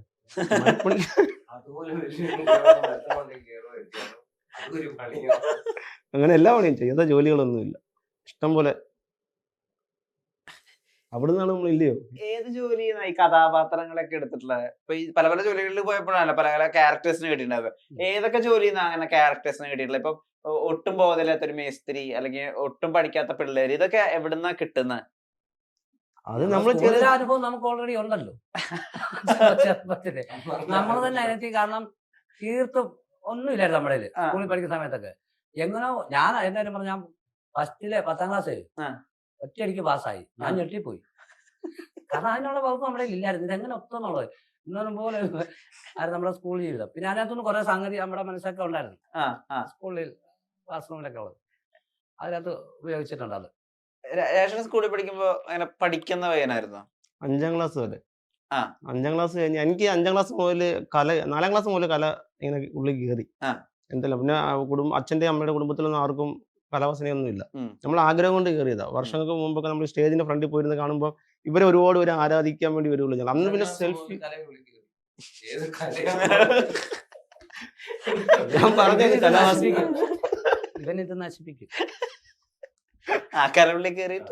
അപ്പം അത് കഴിഞ്ഞിട്ട് നമ്മളിങ്ങനെ സ്റ്റേജിലൊക്കെ പരിപാടി കാണാനൊക്കെ പോകുമ്പോൾ ഫ്രണ്ടിൽ നിന്ന് കാണാൻ ഒരുപാട് അവരെടുത്ത് സ്നേഹിക്കാനും ഇവിടെയൊക്കെ കാര്യമാനൊക്കെ വരുമ്പോൾ നമുക്ക് അതുപോലെ ആയക്കൊള്ളാന്നൊരു ആഗ്രഹം ഉണ്ടായിരുന്നു ഉള്ളിൽ. പിന്നെ അത് എങ്ങനെ ആകണമെന്നൊന്നും നമുക്ക് അറിയില്ല. പിന്നെ അതുകൊണ്ട് ഞാൻ പാട്ട് സ്ക്രിപ്റ്റ് ഒക്കെ ഞാൻ അന്ന് പോലെ എഴുതാൻ തുടങ്ങി. എഴുത്തിലോട്ട് ഇതാക്കി. അപ്പൊ 5ാം ക്ലാസ് വരെ നല്ല രീതിയിൽ പഠിക്കുമായിരുന്നു. എന്റെ പഠിത്തം കണ്ടിട്ട് അച്ഛൻ പറഞ്ഞ എന്നെ കളക്ടർ ആക്കണം എന്നൊക്കെയാ പറഞ്ഞത്. സത്യം കാര്യമായിട്ട് പറഞ്ഞ അതുപോലെ 8ാം ക്ലാസ് ആയപ്പോ അച്ഛൻ പറഞ്ഞു എടാ നിന്റെ ഒക്കെ കാലം വരുമ്പോ കൂന്താലിപ്പണി പോലും കാണത്തില്ല, ഒരു പിയൂണെങ്കിലും ആകാൻ പറഞ്ഞു. കാരണം അപ്പഴത്തെ പഠിത്തമൊക്കെ വേറെ രീതിയിലോട്ട് അത്രയും നേരം പ്യൂണിലേക്ക് പിയൂണിലേക്ക് ഞാൻ പോയി. പഠിത്തം താത്ത്. താത്ത് പിന്നെ 10ാം ക്ലാസ് ഒക്കെ ആയപ്പോ ഞാൻ എന്നെ പിന്നെ ഐടിക്ക് ഗുണമൊന്നുമില്ല, ഞാൻ തോറ്റായിരുന്നു. ഞാൻ എന്നെ അടുത്ത് പറഞ്ഞ നീ പഠിക്കാൻ പോണേ, നീ ഐടിക്ക് പോടാന്ന് പറഞ്ഞ് എന്നെ ഐടിക്ക് കൊണ്ട് വിട്ടിട്ട് 3 വട്ടം എന്നെ അവിടുന്ന് കറണ്ട് അടിച്ചു. 3ാമത്തെ ട്രിപ്പ് ഞാൻ നിർത്തിയിട്ട് പോകുന്നു, കാരണം ഇനി ഞാൻ ചത്തു പോകുന്ന എനിക്കറിയാം. മലപ്പുറം ചെയ്തതാ അല്ല, എനിക്ക് ചിലപ്പോ മറന്നു, എനിക്ക് കല മനസ്സിൽ കിടക്കുമല്ലേ. അപ്പൊ നമ്മൾ അതിന്റെ ചിന്തയോ കാര്യമൊക്കെ പറഞ്ഞിട്ട് ഇങ്ങനെയൊക്കെ ശരിക്കും കല എന്ന് പറയുന്നത് കലാവാസന ആ കലയല്ല. അവൻ മുമ്പ് മുതൽ അതിനെ പിടിക്കും. അല്ലല്ല, അതിൽ പിടിക്കില്ല, വീട്ടിൽ കയറാറുള്ള. എനിക്ക് വീട്ടിൽ നല്ല സപ്പോർട്ടായിരുന്നു കേട്ടോ. ചേട്ടന്മാര് അവര് പരിപാടിക്കൊക്കെ എന്നെ അങ്ങോട്ട് കൊണ്ട് ഇറക്കിയത്. നമ്മളൊരു 5ാം ക്ലാസ്സിലൊക്കെ പഠിക്കുന്ന സമയത്ത്, അല്ല 4ാം ക്ലാസ്സിൽ പഠിക്കുന്ന സമയത്ത് ഇറങ്ങി. അന്ന് ഈ ട്രിപ്പിൾ എന്ന് പറഞ്ഞ ഇൻസ്ട്രുമെന്റ്, ട്രിപ്പിൾ 3 ഡ്രംസ് ഉള്ള അത് നമുക്ക് എടുക്കാനുള്ള കെപ്പില്ലാത്തതുകൊണ്ട് ചുമലിന് ഒരാളെ കൊണ്ടുപോകാൻ. അപ്പൊ അത് കൊണ്ട് സെറ്റ് ചെയ്ത് തരും, നമ്മൾ കൊണ്ടു. അങ്ങനെ നമ്മൾ ഈ ഫീൽഡിലോട്ട് ഇറങ്ങി. അപ്പൊ ചേട്ടന്മാരാണ് എന്നെ ഇങ്ങോട്ട് ഇറക്കിയത്. പിന്നെ അച്ഛനും അമ്മയ്ക്കും എല്ലാവർക്കും നല്ല താല്പര്യമായിരുന്നു, നല്ല സപ്പോർട്ടായിരുന്നു. പരിപാടി ഫീൽഡ് ഭയങ്കര ഇഷ്ടമാണ്. ഈ പാട്ട് പാടുന്നതായിരുന്നല്ലോ ഒരു ഏരിയ ഉണ്ടായിരുന്നത്. അപ്പൊ സ്കൂളിലൊക്കെ പഠിക്കുമ്പോഴേ ഇത് ഉണ്ടല്ലോ. അപ്പൊ സുജിത്ത് സംഗീത കോളേജിൽ പഠിച്ചത്. സംഗീത കോളേജ്. അപ്പൊ അന്നോട്ട് ഈ സാധാരണഗതിയിൽ സ്കൂളിലും കോളേജിലൊക്കെ പാട്ട് പാടുന്ന ഒരാളുടെ അടുത്ത് പെൺകുട്ടികൾക്ക് വലിയ ഇഷ്ടവും സ്നേഹവും ക്രഷും ഒക്കെ ഉണ്ടാവുമല്ലോ. അങ്ങനത്തെ ഒരു ഏരിയ ഉണ്ടായിരുന്നു ജീവിതത്തില്? അങ്ങനെയൊക്കെ ഉണ്ടായിട്ടുണ്ട്, നമ്മളെല്ലാം ജീവിതത്തിൽ അങ്ങനെ ഉണ്ടായിട്ടുണ്ടല്ലോ. നമ്മുടെ അല്ല നിന്റെ. അങ്ങനെയൊക്കെ ഉണ്ടായിട്ടുണ്ട്. അതൊക്കെ ആ ഒരു വഴിക്ക് വിട്ടു പോയി. പിന്നെ പാട്ട് പാടുന്നത് ഞാൻ 8ാം ക്ലാസ് മുതലാണ് ഞാൻ പാട്ടുകാരനാണെന്ന് ഞാനും ജനങ്ങൾ പറയുന്നത്. അതെന്താ? അതുവരെ വരയ്ക്ക് വരണം, പടം വരയ്ക്ക് വരണം. പാടാ അതൊന്നും വെളിയിൽ നിന്നും പാടാനൊക്കെ ഭയങ്കര പേടി ഇതൊക്കെയാണ്. അപ്പൊ എങ്ങനെ ശരിക്കും പാടാനൊരു അവസരം വന്നത്? അവസരം വന്നെന്ന് വെച്ചാൽ സ്കൂളിൽ ഇങ്ങനെ 8ാം ക്ലാസ്സിൽ തോറ്റു. 8ലും 8ാം ക്ലാസ്സിൽ ഞാൻ തോറ്റു കേട്ടോ. തോറ്റു കഴിഞ്ഞപ്പോ ടീച്ചർമാര് പറഞ്ഞു അപ്പൊ പാഠങ്ങളൊക്കെ നമുക്ക് കാണാപ്പാടമായി. അല്ല, ക്ലാസ് ആയിട്ട് ഇരിക്കുന്ന പാഠം ആ ഒരു പാഠം നമുക്ക് കാണാപ്പാടം. അങ്ങനെ ഇരുന്നപ്പോ ഈ യൂത്ത് ഫെസ്റ്റിവൽ അവിടെ പിള്ളേരെ വെളിയിൽ കൊണ്ടുവന്നുണ്ട്. പാട്ട് മത്സരത്തിനും എഴുതാൻ അങ്ങനെ ഒരു പാട്ട് ഞാൻ അങ്ങ് എഴുതുക. ലളിതഗാനമൊന്നും എനിക്കറിയത്തില്ല, ഞാൻ സ്വന്തമായിട്ട് പാട്ട് എഴുതുക, അതിന് ട്യൂൺ ആക്കി അങ്ങ് പാടി, ചുമ്മാ പാടിയതാ. അത് ഓർമ്മയുണ്ടോ? പക്ഷെ ഞാൻ പാട്ട് പാടുന്നില്ല. പാടി കഴിഞ്ഞാൽ ആ രീതിയിലുള്ള ഒരു സിനിമാ പാട്ടുണ്ടെന്ന് പിന്നീടാണ് മനസ്സിലായത്. ഞാൻ ആ പാട്ട് വേണമെങ്കിൽ പാടിക്കാം.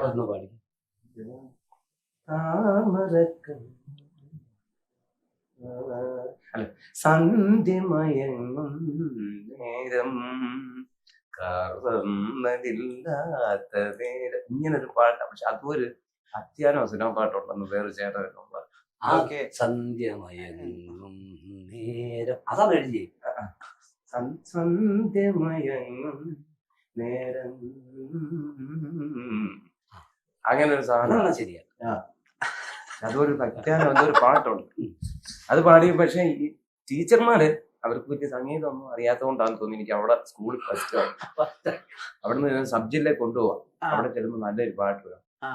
അതിന് നമ്മളെ ഒരു ഓർക്കസ്ട്ര ഉണ്ട് പത്തനംതിട്ട, സാരംഗം എന്ന് പറയുന്നത്. അങ്ങനെ പേര് പറയുന്നത് കുഴപ്പമില്ല. അവിടെ ചെന്ന് ഞാൻ സംഗീതം പഠിക്കുക ടീച്ചറിന്റെ അടുത്ത്. അവിടെ ചെന്ന് ഫസ്റ്റ് ഒരു പാട്ട് ലൈറ്റ് മ്യൂസിക് പഠിച്ചു. അതിന് സ്കൂളിൽ പാടുന്ന ഫസ്റ്റ്. അത് ഭയങ്കര ഒരു ഇന്നാണെങ്കിൽ എന്തൊരു സാധനം പറഞ്ഞു നമുക്ക് അതുകൊണ്ട് ചേർത്തിട്ട് ഒറ്റ ഒരു ദിവസം കൊണ്ട് ആ ഒരു പാട്ട് വൈവാദ സൗവർണ്ണ സന്ധ്യയിൽ പൂക്കുന്ന വൈഡൂര്യ പുഷ്പങ്ങളേ തങ്കക്കതിർ മന്ദ ഹാസത്താലന്മനും വിൺചന്ദ്രബിംബമാക്കൂ. വൈവാദ സൗവർണ്ണ സന്ധ്യയിൽ പൂക്കുന്ന വൈഡൂര്യ പുഷ്പം.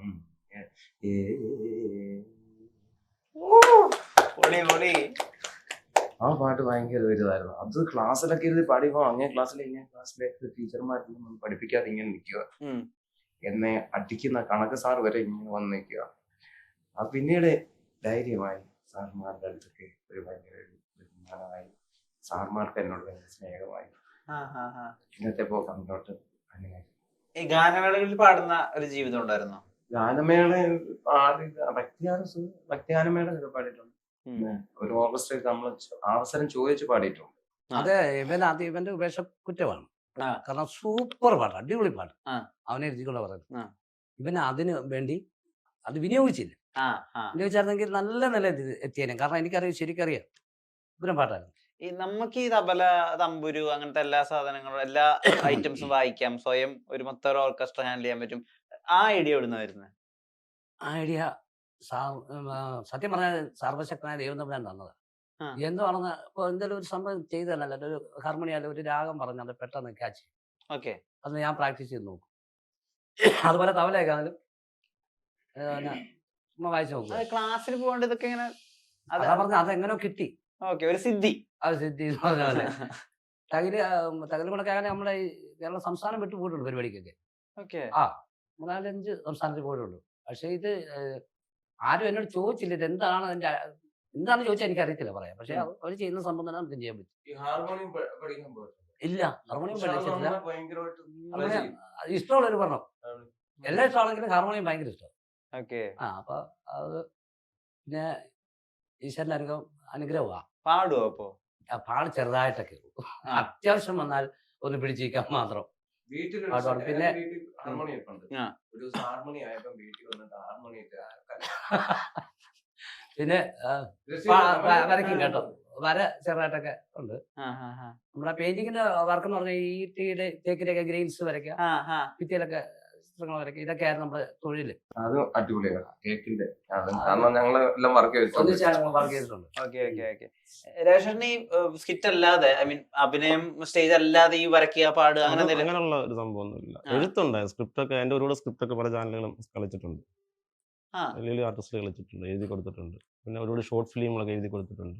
പിന്നെ രാജേഷിനെ സംബന്ധിച്ച് നമ്മൾ പ്രതീക്ഷിക്കാത്ത കൗണ്ടർ അവനിങ്ങോട്ട് പറഞ്ഞത് ഞങ്ങൾ ഉച്ചകുത്തി കിടന്ന് ചിരിച്ചിട്ടുണ്ട്. സാധനങ്ങളൊക്കെ ഉണ്ടോ? ഉദാഹരണത്തിന് ഈ ഉച്ചി പുക്കളുള്ള പഴം എന്ന് പറഞ്ഞ ഞങ്ങൾ സാധനം അടിച്ചു, ഞാൻ കേട്ട് ചിരിച്ച് വശങ്ങൾ വന്നു. അത് രാജേഷിന്റെയാണ്. അതുപോലെ സ്കിറ്റിനകത്ത് ഒരുപാട് സാധനമുണ്ട് രാജേഷിന്റെ. നല്ല പെട്ടെന്ന് ഐഡിയ കിട്ടും. ഈ സാധാരണ അടിക്കാത്ത കൗണ്ടറുകളൊക്കെ ഉണ്ടല്ലോ, ഇപ്പൊ ഈ ആപ്പിളിന്റെ കാര്യമൊക്കെ പറഞ്ഞാൽ ഈ കൗണ്ടറുകളുടെ ചിന്ത എവിടുന്ന വരുന്നത്? അതായത് നമ്മൾ സാധാരണ അങ്ങനെ കേൾക്കാത്ത കൗണ്ടറുകളാണല്ലോ അധികം വരുന്നത്. തമാശ. ഇപ്പം എനിക്ക് തോന്നി 4ന്റെ പട്ടിക 4 2 4 ആയാൽ ഇരിക്കും, 24 കിടന്നാലും 4 നിന്നാലും 4. അത് ആ ചിന്ത എവിടുന്ന് വരുന്നത്? ഈ തമാശ സീരിയസ് ആയിട്ട് കാണുന്നുണ്ടോ? ഓക്കെ.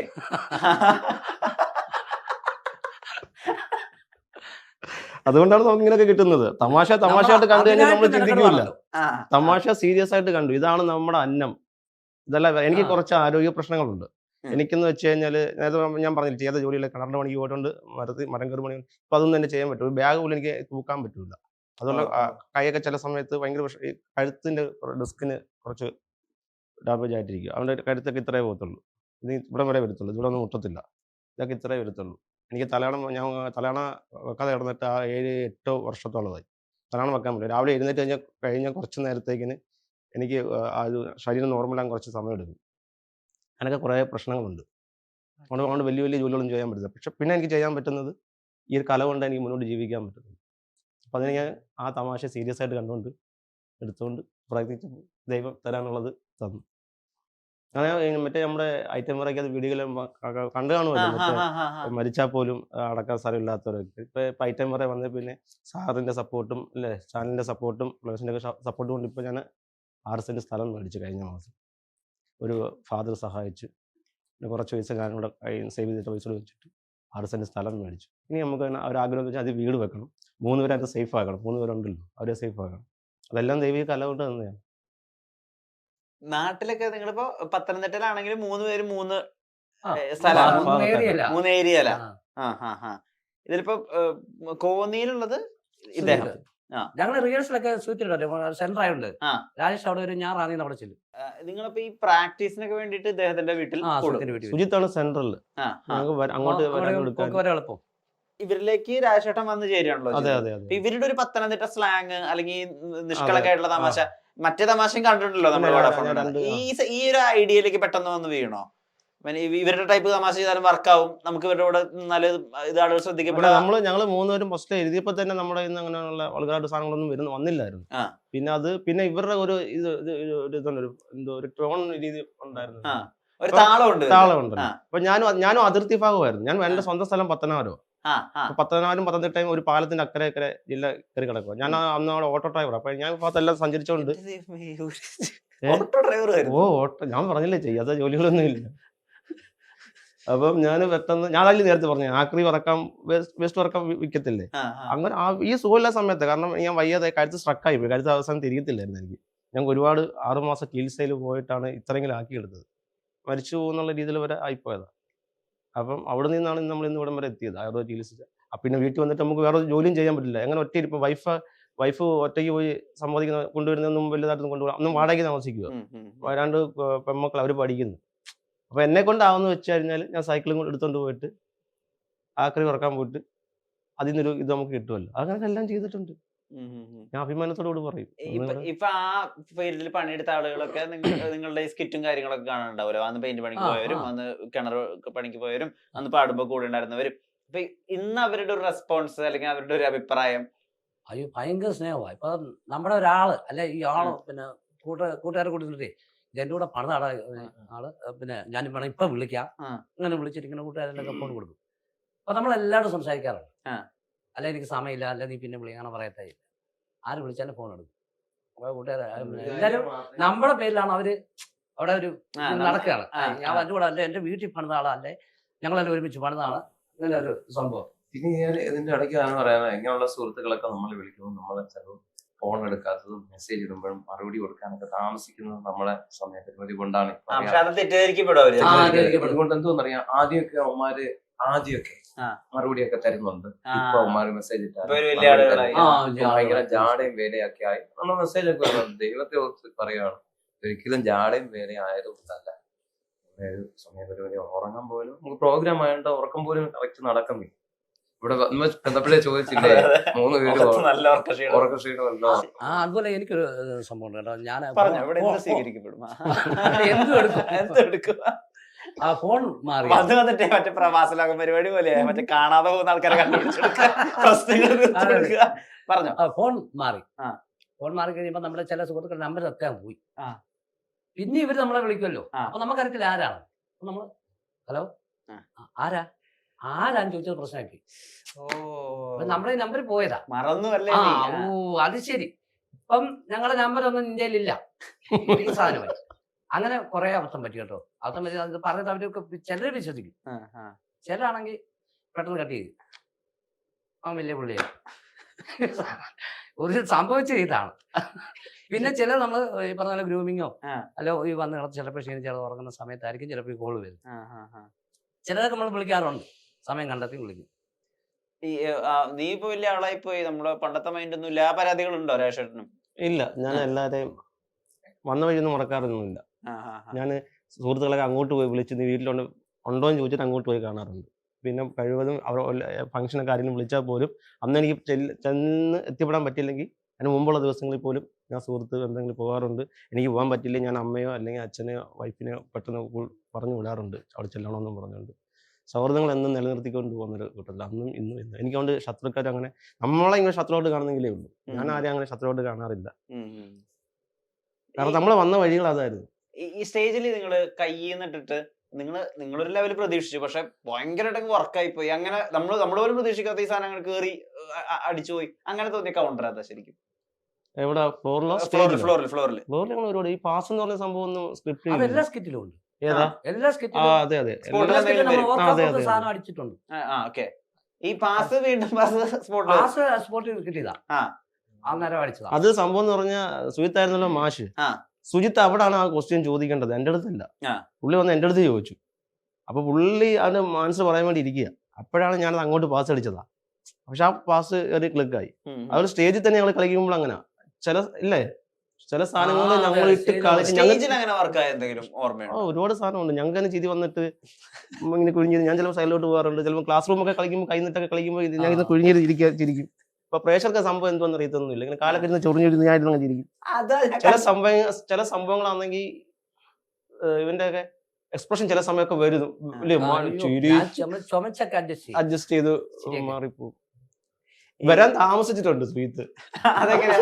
ഞങ്ങൾ ഇടുക്കിയിൽ ഒരു ചാരിറ്റിയുടെ ഞങ്ങള് ഒരു മാസം ഞങ്ങൾ 3 പേരും ചാരിറ്റി ഞങ്ങളുടേതായ രീതിയിൽ ചെയ്യാറുണ്ട്. ചെറിയ രീതിയിൽ ഞങ്ങളെ പറ്റുന്ന രീതിയിൽ എല്ലാ മാസവും നല്ലൊരു ചാരിറ്റി ഞങ്ങൾ 3 പേരും രഹസ്യമായിട്ട് ചെയ്യാറുണ്ട്. അപ്പോൾ ഒരു ചാരിറ്റിക്ക് വേണ്ടി ഞങ്ങളെങ്ങനെ വിളിക്കും, ഒരു ഓപ്പറേഷന് വേണ്ടി, ക്യാൻസറിന്റെ ഒരു ഓപ്പറേഷൻ ഉണ്ട്, ഒന്ന് വരാമോ, പൈസ ഒന്നും ഇല്ലെന്ന് പറഞ്ഞു. ഞങ്ങൾ അതിനെന്താ വരാമെന്ന് പറഞ്ഞു. ഞങ്ങൾ അവിടെ ചെന്ന് അവിടെ പ്രോഗ്രാം നടന്നുകൊണ്ടിരിക്കുക. അപ്പം ഓപ്പൺ സ്റ്റേജ്, ഒരു തട്ട് മാത്രം ഇതുപോലെ കെട്ടിയിട്ടിരിക്കുക. അപ്പൊ അതിനോട് ഒരു പേര ഇങ്ങനെ വളർന്നു കിടക്കുന്നു. അപ്പൊ ഞങ്ങൾ 2 കൗണ്ടർ അടിച്ച് മൂന്നാമത്തെ കൗണ്ടറിന് സുജിത്ത് വരണം. സാറ് കയറി വരണം. അപ്പൊ ഞാൻ 3 കൗണ്ടറും കഴിഞ്ഞു, സാറ് വരുന്നില്ല. സൈഡ് വെച്ച് നോക്കിയപ്പോൾ അവിടെ പേരയിലേക്കകത്ത് ഇങ്ങനെ അതും പറിച്ചോണ്ട് ഇങ്ങനെ ഇരിക്കുന്നവൻ. പിന്നെ സാറ് വന്നില്ല. അന്നേരം ഇങ്ങനെ മൈൻഡ് വിട്ട് പോയിട്ട് നിൽക്കുക. ഞങ്ങള് ഇടയ്ക്ക് എത്ര വട്ടം മൈൻഡ് വിട്ടു പോകും, വേറെ ചിന്തയിലൊക്കെ പോകും. അത് ഫ്ലോറിലാണ് സ്കിറ്റ് കളിച്ചോണ്ടിരിക്കണമൊന്നും വരുന്നില്ല. മറന്നുപോയി. ചില കൗണ്ടറിൽ അടിക്കണമെങ്കിൽ ഇവൻ പറയത്തുമില്ല. ഇവൻ പറഞ്ഞാൽ ഞങ്ങൾക്ക് കളിക്കാൻ പറ്റും. ഇയാളെന്നേരം ഞങ്ങൾ കളിക്കും, ഞങ്ങളുടെ കളി കണ്ടോണ്ട് അങ്ങനെ അനങ്ങാതെ ഇങ്ങനെ നിൽക്കും പുള്ളിക്കാരൻ. അടുത്ത കൗണ്ടർ അടിക്കണോ അവൻ അടിക്കൂല. അപ്പൊ പിന്നെ പുള്ളിക്കാരൻ കയറിയും കളിക്കും. വേറെ അടുത്ത് പറഞ്ഞു കയറും. അന്നേരം സുജിത്തിന് ബോധത ഉണ്ടായി, ഇത് ഞാൻ പറയണമല്ലോ. പിന്നെ ആ കളഞ്ഞ സാധനം കയറി പിടിക്കാൻ പോകും. അപ്പൊ നമ്മുടെ ഇത് മൊത്തത്തിൽ പോകും. അങ്ങനെ മൈൻഡ് കിട്ടുമോ? അത് എന്താന്ന് ഇപ്പോഴും അറിയത്തില്ല. പേരനെ പിടിച്ചിട്ട് പേരാലെ കുറച്ച് അതെടുത്ത് ഇങ്ങനെ കളഞ്ഞ് സാറ് വന്നില്ല, സാറ് വരുന്നുണ്ടോ, സാറ് വാ സാറേ. അപ്പൊ എന്തുവായിരുന്നു സാർ നിന്ന് ഉറങ്ങുവാ.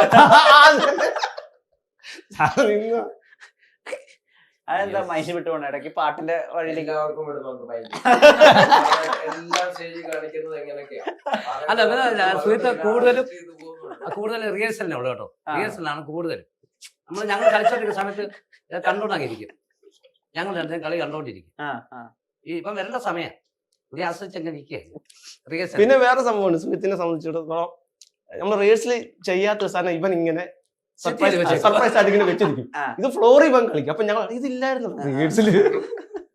ഒരുപാട് സാധനങ്ങൾ കളിയൊക്കെ. സർപ്രൈസിങ് സ്റ്റാറാ. പുള്ളി വേറെ റൂമിലാണ്. അപ്പൊ പുള്ളി ഒറ്റയ്ക്ക് ഇരുന്ന് ഇങ്ങനെ പ്ലാൻ ചെയ്യും, എന്തോ ചെയ്യണം, ഏത് ചെയ്യണം. അല്ലെങ്കിൽ ഞങ്ങളുടെ റൂമിൽ ഉള്ളപ്പോ തന്നെ ഞങ്ങൾ ഒറ്റയ്ക്കൊക്കെ ഇരിക്കുമ്പോ ഒറ്റയ്ക്ക് ജനറലി കാര്യം പറയും അല്ലേ, ഭിത്തിയിൽ കാര്യം പറഞ്ഞുകൊണ്ടിരിക്കുന്നതാണ്. ഒരു എക്സ്പ്രഷൻ ഒക്കെ ഇട്ടിട്ട് ഇതെങ്ങനെ ചെയ്യാൻ പറ്റുമെന്നുള്ള ഫ്ലോറില് സമയത്തെടുക്കും. അപ്പൊ ഇവര് പറയും ഇത് തന്നെ ഫ്ലോറിൽ കാണിക്കണം, ചിലപ്പോ അതൊക്കെ കിട്ടത്തില്ല. പക്ഷെ ഇവരുടെ അടുത്ത് കാണിക്കുന്ന ചില സാധനം കറക്റ്റായിട്ട് ചിലപ്പോൾ ചെയ്യാനും പറ്റത്തില്ല. ഫ്ലോറിൽ ചിലതൊക്കെ കൈ വിട്ടു പോകും. സിനിമ സ്വപ്നമായിട്ട് നടന്നൊരു സമയം ഉണ്ടാവുമല്ലോ, സിനിമയിൽ അഭിനയിക്കണം, സിനിമയിൽ ഭാഗമാവണം, നമുക്കും ഈ നമ്മൾ കൈയടിച്ച സ്റ്റാർസിനെ പോലെ നമുക്കും ആവണം എന്നൊക്കെ ആഗ്രഹിച്ച സമയം ഉണ്ടാവുമല്ലോ. ഇപ്പൊ സിനിമ ആഗ്രഹങ്ങൾ എവിടെ വരെ എത്തി? സിനിമ നമുക്ക് 3 പേർക്ക് ആയിട്ടുണ്ട്. അത് വിശദാംശങ്ങൾ പറയാം. സിനിമ ആയിട്ടുണ്ട് ഞങ്ങൾ 3 പേർക്കും. 3 പേര് ഒരു സിനിമയിലാണോ? 3 പേര് ഞങ്ങള് 2 പേര് അല്ല, ഞങ്ങൾ 3 പേര് 2 പടത്തിലുണ്ട്. ഞാൻ ഒറ്റയ്ക്ക് രാജേഷ് തന്നെ ഒരു ആവേശത്തിലെ ഡയറക്ടർ ജിത്തു മാധവ് മോഹൻലാൽ കൂട്ടുകെട്ട് പടത്തിൽ നല്ലൊരു വേഷം. അത് ആഗസ്റ്റിലാണ് എന്റെ വേഷം.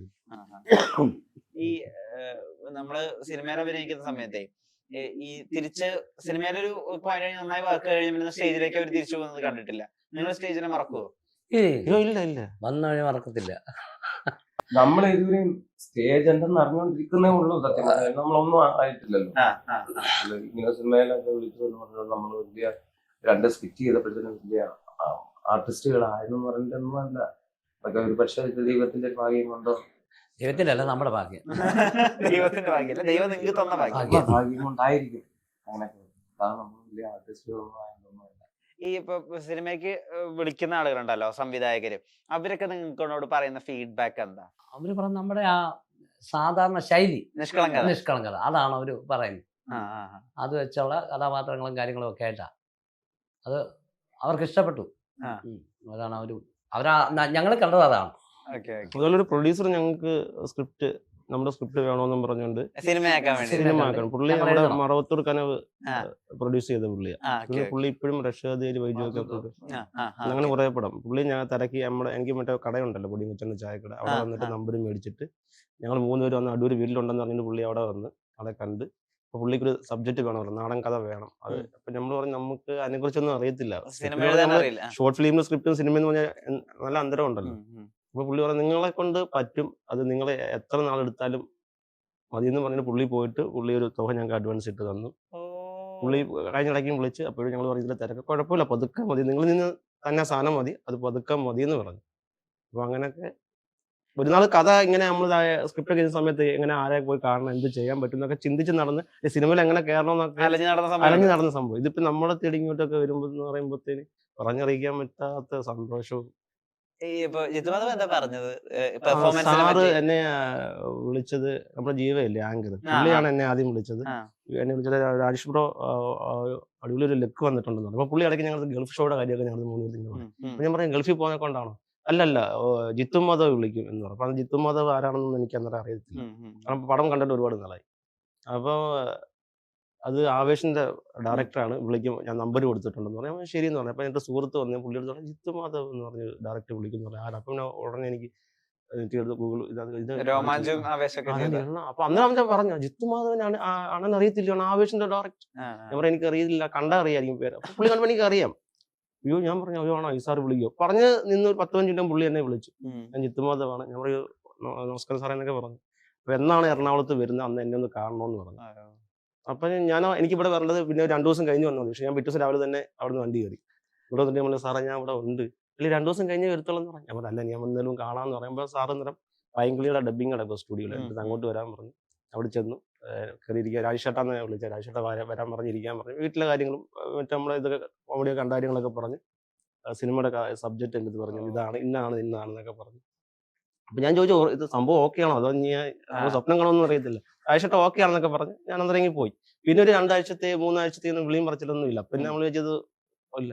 പുള്ളി കഴിഞ്ഞ ആഴ്ച എന്നെ പിന്നെയും വിളിച്ചു, ജിമ്മിൽ പോകണം, വർക്കിങ്ങിന് പോകണമെന്ന് പറഞ്ഞു, ഇച്ചിരി തടിയൊക്കെ വെക്കണമെന്ന് പറഞ്ഞു. അപ്പം നമുക്ക് ഉറപ്പായി ഓൾറെഡി നമ്മളിതിനകത്ത് ഉണ്ടെന്നുള്ളത്. ഇതൊക്കെ നമുക്ക് ഏതായാലും അതും പ്രത്യേകിച്ച് ലാലേട്ട ഒക്കെ കിട്ടുമെന്ന് പറയുമ്പോൾ ഭയങ്കര സന്തോഷമല്ലേ. നമ്മള് മോഹൻലാൽ മമ്മൂട്ടിയൊക്കെ ദൈവത്തെ പോലെ പണ്ട് പോലെ കണ്ടുകൊണ്ട് നടന്നതല്ലേ. വലിയ സന്തോഷം. ഡെഫിനറ്റ്ലി സിനിമ നിങ്ങളെ വിളിക്കട്ടെ. സിനിമയ്ക്കും നിങ്ങളുടെ നിഷ്കളങ്കമായിട്ടുള്ള ഹാസ്യമുണ്ടല്ലോ, അത് എന്തായാലും ആവശ്യമുണ്ട്. അൾട്ടിമേറ്റ്ലി നിങ്ങൾ നല്ല മനുഷ്യരാണെന്ന് തോന്നുന്നു എനിക്ക് സംസാരിച്ചപ്പോഴൊക്കെ. എനിക്ക് ഇത്രയും നിഷ്കളങ്കമായിട്ട് കലയെ അങ്ങനെ ആഗ്രഹിച്ച 3 ആൾക്കാരെ കണ്ടിട്ട് കുറേയായി. അപ്പൊ ആ ഭാഗ്യം ഒരുപാട് അടുത്ത അവാർഡിന് വന്ന നമ്മള് 3 പേരല്ലേ, ഒരുപാട് ഓഡീഷൻ പങ്കെടുത്തിട്ടില്ലേ നിങ്ങള്? സിനിമയുടെ അല്ലല്ല ചാനലിൽ ഒരുപാട് ചാനൽ ഓഡീഷന് വന്നിട്ട് സെലക്ട് ആകാതെ പോയിട്ടുണ്ട്. കാരണം നമ്മളെ ഈ ഒരു ഫീൽഡ് ഇതല്ലാഞ്ഞുകൊണ്ട് പിന്നെ നമ്മുടെ സമയം ഇപ്പോഴാ തെളിഞ്ഞെന്നാണ് നമ്മുടെ ഒരു വിശ്വാസം. എത്ര ഓഡീഷന് വേണ്ടി റിജക്ട് ആയിട്ടുണ്ട്? അല്ല, പോയി വന്നിട്ടുണ്ട്, നമ്മൾ വിജയിച്ചിട്ടില്ല. അപ്പോൾ ഓഡീഷൻ വിട്ട് സെലക്ട് ആയിട്ടുണ്ട്. നമ്മൾ ഉദ്ദേശിച്ച രീതിയിലേ ക്ലിക്കായി. ഒരു എപ്പിസോഡൊക്കെ ചെയ്തിട്ടല്ലേ? 1-2 ഒക്കെ ചെയ്തിട്ട് പോയിട്ടുണ്ട്. എല്ലാത്തിനും അതിന്റെ സമയം. പിന്നെ ഫാമിലി നല്ല സപ്പോർട്ടാണ് വീട്ടിലേ. എന്ന് പറഞ്ഞാലും മകള് +2 പഠിക്കുന്നു, മകൻ +1 പഠിക്കുന്നു. പിന്നെ വൈഫുണ്ട്, അവര് 3 തനിച്ചാക്കിയാണ് ഞാനിവിടെ നിൽക്കുന്നത്. അപ്പോൾ അവരൊരു നല്ലൊരു സപ്പോർട്ട് നമ്മുടെ ഫാമിലിയുടെ ഭാഗത്തു നിന്നുണ്ട്. ചേട്ടന്മാരായാലും പിന്നെ ദൈവത്തിൻ്റെ അനുഗ്രഹവും ഇത്ര ഉള്ളത് കൊണ്ടാണ് നമ്മൾ. പിന്നെ പ്രേക്ഷകരുടെ സപ്പോർട്ടും സ്നേഹവും അത് ഭയങ്കര, അത് പറയാതിരിക്കാൻ വയ്യ. അവരോട് ഒരുപാട് നന്ദി സ്നേഹം അറിയിക്കും. അതുകൊണ്ടാണ് നമ്മൾ ഇത്ര ഈ ലെവലിലെത്തിയത്. ഈ പ്രേക്ഷകരോട് എന്താ പറയാനുള്ളത് ഇനി അങ്ങോട്ടേക്ക്? ഇനി അങ്ങോട്ടും ഇത് പ്രോത്സാഹനവും പിന്തുണയും ഉണ്ടാകും. നമ്മുടെ ഭാഗത്തു നിന്നും സ്നേഹവും നിങ്ങളോടുള്ള പ്രാർത്ഥനയും ഒക്കെ ഞങ്ങളുടെ ഭാഗത്തു നിന്നും എപ്പോഴും ഉണ്ടാകും. മനുഷ്യനായിട്ട് കാണുന്നല്ലോ കാര്യം, അത് എന്നും എക്കാലത്തും അങ്ങനെ തന്നെ ഉണ്ടാവും. അത് മറ്റൊന്നും. തീർച്ചയായിട്ടും നിങ്ങളെ ഇനിയും പ്രേക്ഷകരെ ഒരുപാട് സ്നേഹിക്കുകയും നമ്മളൊക്കെ സ്റ്റേജിൽ നിന്ന് വളർന്നു വന്ന വലിയ കലാകാരന്മാരെ കണ്ടിട്ടുള്ളതാണ്. ഇപ്പം സിദ്ദിഖ് ലാലിനെ വിട്ടിട്ട് കലാഭവനെ വിട്ട് ജയറാം, ദിലീപ്, അങ്ങനെ എത്രയോ പേരെ ആ ഒരു ഗണത്തിലേക്ക് നിങ്ങൾ 3 പേര് ഉടനെ എത്തട്ടെ. നേരത്തിന് ഒരുപാട് നന്ദി. നമസ്കാരം.